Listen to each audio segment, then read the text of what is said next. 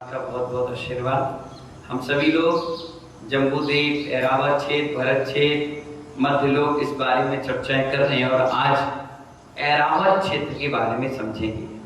कल अपन ने सारे गिरी पर्वत, नदी, तालाब इत्यादि के बारे में समझा और पढ़ा था। आज ऐरावत क्षेत्र शिखरी पर्वत के उत्तर में, अभी अपन दक्षिण में थे। भरत क्षेत्र कहाँ पे है? दक्षिण में, और ऐरावत क्षेत्र है उत्तर में। ठीक है, विदेश क्षेत्र है पूर्व में और पश्चिम में। इस प्रकार चारों दिशाएं बटी हुई हैं।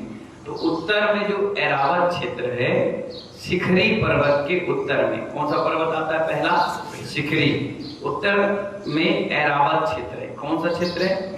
इसका जैसी व्यवस्था भरत क्षेत्र में है, ऐसे टू कॉपी ऐरावत क्षेत्र में है। नाम भर अलग है, व्यवस्था वैसे ही। जैसे यहाँ पे बताई थी नदी, तालाब, है ना, नाम अलग अलग हैं लेकिन व्यवस्था वैसे ही है। कौन कहाँ बहेगा, कौन कहाँ जाएगा, है ना। इस क्षेत्र में रक्ता, रतोदा नदियां बहती हैं। पहली नदी कौन सी पड़ेगी? रक्ता, रतोदा। इसका शेष समस्त कथन भरत क्षेत्र के ही समान है। बाकी जितना भी कुलाचल, वन, उपवन, खंड, देव, नारकी का कैसी क्या व्यवस्था है, वो सब जैसी भरत क्षेत्र की वैसी वहां चलेगी। ठीक है। इस प्रकार क्या बता रहे हैं? इस प्रकार जम्बूद्वीप में, किसमें? अढ़ाई द्वीप पढ़ रहे थे पर अढ़ाई द्वीप में एक द्वीप का नाम है जम्बूद्वीप। तो जम्बूद्वीप में 7 क्षेत्र हैं। कितने? अभी टोटल बता रहे हैं। कितने क्षेत्र हैं? 7 क्षेत्र हैं, एक मेरू है। कितने? 7 क्षेत्र, एक मेरू, 2 कुरु, एक उत्तर कुरु, एक देव कुरु। जम्बूद्वीप, जम्बू साल वृक्ष, सालमरी वृक्ष। 6 कुलाचल, क्या है?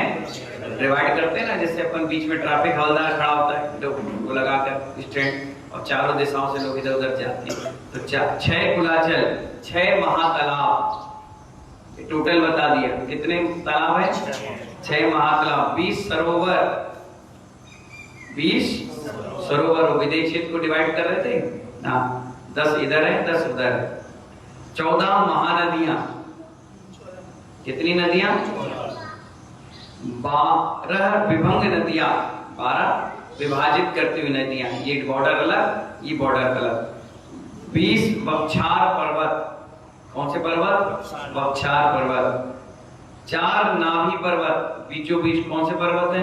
बीचों। नाभि कहाँ आती है? बीचों बीच। 4 यमगिरी पर्वत। 4 क्या है? 200 कनकगिरी।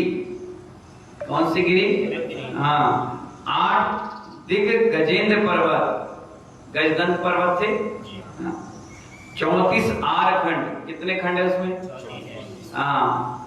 34 विजयात पर्वत, जहां पर 72 जोड़े 10 लक्षण पे छुपाए जाते हैं, निकाले जाते हैं। 34 वृषभगिरी अवस्थित है। क्या है वहां पर? ये सब पूरा टोटल कहां पे है? भरत नहीं, जम्बूद्वीप में। कहां पे है? जम्बूद्वीप पे टोटल। ठीक है ना। अब आ जाइए लवण समुद्र। किसके बारे में? अब ये तो हो गया जम्बूद्वीप, इसके बाद समुद्र, फिर आएगा पर्वत, फिर आएगा समुद्र, फिर आएगा पर्वत, वो भी मानुस्तर। आधा घिरा हुआ है और आधा है। इतने में मनुष्य लोग रहते हैं बस। बाकी सब लोग फैले, लेकिन मनुष्य लोग इतने में मोक्ष हो रहा है, इतने में सब कुछ है ना। तो लवण समुद्र कैसा है समझो इसको। जम्बूद्वीप को घेरे हुए, क्या बताया था मैंने अभी? जम्बूद्वीप को घेरा हुआ है चारों तरफ लवण समुद्र। लवण समुद्र स्थित है। लवण यानी नमक। कैसा? इसलिए क्षारीय जल होता है समुद्र का, खारा। पी नहीं सकते आप। अगर मुंह में चले जाए नहाते धोते तो सीधे पेट खराब होगा, इन्फेक्शन होगा। ठीक है ना। तो लवण समुद्र स्थित है। यह चूड़ी के आकार वाला है, क्योंकि गोल है सब। इसका व्यास विस्तार 2 लाख योजन है। कितना? जम्बूद्वीप 1 लाख का है, और मैंने क्या बताया था? इससे जस्ट डबल कौन हो जाएगा? उसके बाद वाला लवण समुद्र। तो ये 2 लाख योजन है। इस समुद्र के जल सतह का सीधी रखी नाव को औंधी कर दो, उस समान है। कैसा जल का? जल कैसा है? जैसे कोई नाव है, ऐसे रहती ना पुली, उसको उल्टी कर दो तो जल का सतह कैसी हो गई, ऐसी उठी हुई। ठीक है ना, समझ गया ना। इसके मध्य तल में चारों ओर 108 पाताल है। क्या है? इसके चारों ओर कितने? 1008, सॉरी कितना? 1008 पाताल हैं, गड्ढा चारों ओर, जो पाताल को, हाँ, मध्य में इसकी गहराई 1000 योजन। कितनी? बीचों बीच कितनी गहराई है? पाताल के निचले भाग में वायु उपरिम भाग से जल और मध्य भाग में यथायोग रूप से जल और वायु दोनों है। यानी जैसे बोलते हैं ना वहां हवा नहीं है, तो ये बता रहे हैं वहां हवा भी है, जल भी है। यहाँ उत्तर, मध्यम, पश्चिम, उत्तर, दक्षिण सब चारों है ना। इसके मध्य में जल और वायु की हानि वृद्धि होती रहती है। जैसे समुद्र होता है ना, उतार चढ़ाव, ज्वार भाटा होता है, तो ऐसा वहां होता रहता है, जिस कारण कृष्ण पक्ष और शुक्ल पक्ष में इसकी जल तल में हानि वृद्धि होती है। अब अपन देखिए, ज्वार भाटा आता है ना, तो जब ज्वार आता है तो पानी नीचे हो जा रहा है, भाटा आता है तो ऊपर हो जाता है, ऊपर नीचे लहर होती है। तो इसी के बारे में बता रहे क्या होता है। अमावस्या के दिन प्रतिपदा के बढ़ते बढ़ते पूर्णिमा के ने अमावस्या के दिन समतल से जल की ऊंचाई 11,000 योजन रहती है। कितना जल रहता है? जल कैसा है मैंने बताया था, नाव क्या कर उठा हुआ, तो कितनी दूर ऊंचाई पर है?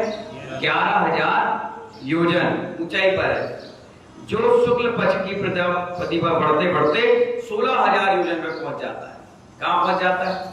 यानी बढ़ जाता है। इसी प्रकार कृष्ण पक्ष की प्रतिपदा से घटते घटते अमावस्या के दिन वो 11,000 पे वापस आता है, यानी 5,000 बढ़ जाता है। कितने दिन में? 15 दिन में। एकम से लेकर के अमावस्या तक और पूर्णमासी से लेकर के प्रतिपदा तक। ठीक है। आगम के अनुसार नीचे रहने वाले भवनवासी देवों के कुछ श्वास निश्वास के कारण ही पाताल में स्थिति वायु की वृद्धि और हानि होती। वहां जो देव रहते हैं, सुनो, ये स्थिति क्यों बनी? पानी की ऊपर नीचे की। समझ में आया कि नहीं आया? नहीं आया होगा, हम बता रहे हैं। विजय साहब, जैसे वहां पर जितने भी भयंकर देव रहते हैं वो सांस लेते हैं ऐसे, बस इस सांस के कारण वो पानी हिलता है और फिर नीचे आ जाता है। कितनी बड़ी ताकत होती है एक देव में। कौन से देव? भवनवासी। अभी अपन ने बताया था 9-9 फुट होते हैं, तो 8 फुट में वो रहते हैं और 1 फुट में चिनालय है। तो 8 फुट में रहने वाले वहां पर जितने भी चिनालय में और भी भवनवासी देव हैं, सिर्फ उनकी सांसों के कारण पानी क्या होता है? यूं हुआ और नीचे। इसलिए मैंने कहा था ना, एक अंगुल भी जगह शेष नहीं जहां देवी देवता रहते नहीं। इसलिए क्या बोल के जाना चाहिए? निश्चिंत। जल के भी देव होते हैं। अपने यहाँ कुआं है, अपन बंद कर दिए, तालाब है बंद कर दिए, नदी है बंद कर दी, नहीं, उसके देवी देवता होते हैं, सबसे आज्ञा ली जाती है, तभी उसको बंद किया है, चालू किया जाता है। इसलिए तो हर चीज में वास्तु विधान पूजा पाठ बताई, जिससे कि आप उस कार्य को आगे बढ़ाओ। हर जगह देवी देवता कहाँ देखो, जब उनकी सांस से ज्वार भाटा आ रहा है, तो सोचिए तूफान उफान आता है तो कोई ना कोई देवता रुष्ट हो जाता है। इसीलिए वो दिमाग खराब करते हैं सबका। फिर समझ गए ना। तो पाताल के अतिरिक्त इस समुद्र में सूर्यद्वीप, चंद्रद्वीप, प्रभात द्वीप और मागध द्वीप आदि अनेक द्वीप हैं। कितने हैं? बहुत छोटे छोटे द्वीप लवण समुद्र में बहुत हैं। इनमें भवनवासी देवों का आवास रहता है। कौन से देव रहते हैं? भवनवासी। इसके अतिरिक्त 48 कुमानुस द्वीप हैं। कुमानुस, वहां कोई मनुष्य नहीं है। कुमानुस का मतलब जैसे शरीर इंसान का और चेहरा जानवर का, टेढ़े मेढ़े कुबड़े, जैसे अपंग हैंडीकैप्ट होते हैं ना, इस टाइप के मनुष्य वहां रहते, जिनको कहते हैं कुमानुस। तो नाम ही है कुमानुस द्वीप, वहां वैसे ही लोग रहते हैं। इसमें कुभोग भूमियां होती हैं। कौन सी भूमि? भोग भूमि नहीं होती। कौन सी भोग भूमि होती है उत्तम चंद जी? कुभोग भूमि। कुभोग भूमि का कैलाश चंद जी नाम मतलब क्या है? जो व्यक्ति, सुनिए शीतल प्रसाद जी, जो व्यक्ति अशुद्धि से आहार लेता है, जिससे उसको यहीं जाना पड़ता है। वो मरेगा, कहां जाएगा? इसी लवण समुद्र में पैदा होगा, इन्हीं द्वीपों में पैदा होगा। ना धर्म रहेगा ना कर्म रहेगा, बस आड़े तिरछे टेढ़े मौके। क्यों? क्योंकि आपने छल कपट से आहार दिया, इसलिए शरीर में भी छल कपट आ गया तुम्हारे पूरा। क्या समझ में आया अग्रवाल जी? समझ में आ गया? इसलिए शुद्धि से आहार देना चाहिए, शुद्धि से पूजन करना चाहिए, ये सब इसी का फल है। इसलिए मैंने आपको क्लीन क्लास पढ़ाई, जिससे आप कभी गलती ना करें और समझ जाए कहाँ पैदा कौन हो रहा है, कौन रह रहा है और किस प्रकार से उसका सिस्टम चल रहा है। समझ गए ना? आज आपने ऐरावत क्षेत्र के बारे में पढ़ा। आचार्य भगवान ज्यादा टाइम नहीं खराब करके उन्होंने बता दिया ये व्यवस्था सेम टू सेम यहाँ होगी। अब समझ जाइए, जैसे यहाँ है वैसे वहाँ है, और इकट्ठे सब बता दिए कितने कितने क्या होते हैं। और आज लवण समुद्र आपने पढ़ लिया, कल घाटकी खंड पढ़ेंगे। अभी अपन ने जम्बूद्वीप पढ़ा, फिर कौन सा समुद्र आ गया? लवण। लवण के बाद क्या आएगा? घाटकी खंड। अब वहां भी ऐसी ही व्यवस्था, उसमें दो मेरु होंगे, एक इस साइड एक इस साइड। कल उसके बारे में आपको बताएंगे, ठीक है ना? तो आज आप लोग इतनी समझ लीजिए। और वो 4 लाख योजन का है। कितने? क्योंकि 1 लाख जम्बूद्वीप, 2 लाख लवण समुद्र, फिर उससे डबल कितना हो जाएगा? 4 लाख। ठीक है? इतना ही आप समझिए और एक दूसरे को बताइए, समझाइए कि हमारा भरत क्षेत्र, घाटकी खंड, जम्बूद्वीप किस प्रकार का है। ठीक है ना? जय बोले आदिनाथ भगवान की।